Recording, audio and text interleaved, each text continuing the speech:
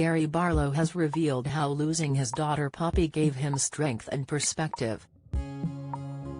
The 51-year-old singer spoke movingly about the tragedy as he launched his new one-man show A Different Stage in London's West End.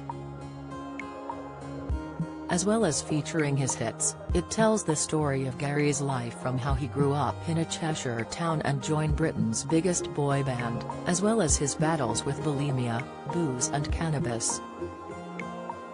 Gary told how his wife Dawn gave birth to their fourth child Poppy, who was stillborn, days before he was due to perform at the closing ceremony of the London Olympics.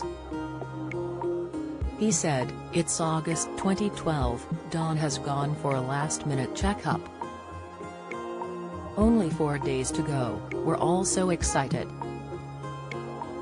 Name is on the nursery, Moses basket, cot, clothes all over the floor waiting for the main player to arrive. Dawn calls and something's wrong.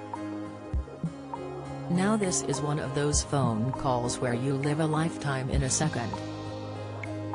We all have coping mechanisms. Back there was the bulimia and the hallelujahs in the toilet.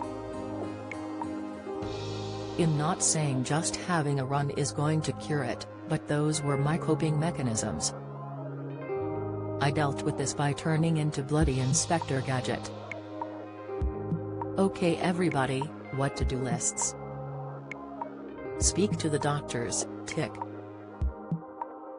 Clothes for the hospital, tick. Somewhere for the kids to go, tick. The only problem is Inspector Gadget doesn't have a gizmo for this. It was like someone sitting in our house and saying, the journey you are about to take is going to end in a car crash. Then sadly handing you the keys. Dawn had to be induced and Gary said he was dreading seeing the baby. But he added, the moment that Poppy Barlow was born, the light that filled the room was just magical.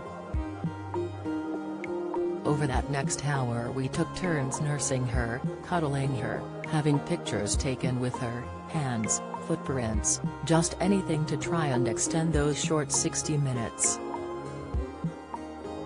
But the nurse came and told us our time was up. We kissed her goodbye and off she went.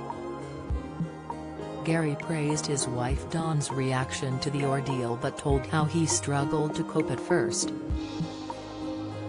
He said, from that point on, she did all her talking with actions.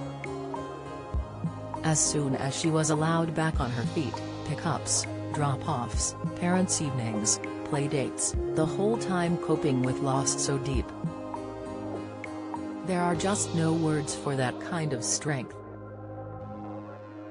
I found myself back in that familiar place, not knowing any of the words or where to stand, nor what to say. I needed to accept this wasn't a scar that was going to heal with time, this was a scar I was going to die with. Gary said the tragedy eventually gave him the ability to properly reflect on his life for the first time and gave him a new sense of perspective. He told how his song Let Me Go celebrated Poppy's life, explaining, this guy has got the gift of Poppy Barlow, the gift of perspective. I've never had that before. A real lesson into what's important. Gary, who also performed from a balcony at Thursday's show launch, said that his change in attitude helped him deal with bandmate Jason Orange's announcement in 2014 that he was quitting Take That, leaving the future of the reunited group in doubt once again. He said, it hit me, this is probably the first life-changing decision he'd made since joining the band in 1990. The old version of me would have sat, begged, coerced, small-talked, done anything to make him stay. But, here we go again. Thank you Poppy Barlow. This new guy just sat back and said, mate, these are your days on the planet. If this is what you want, then go for it.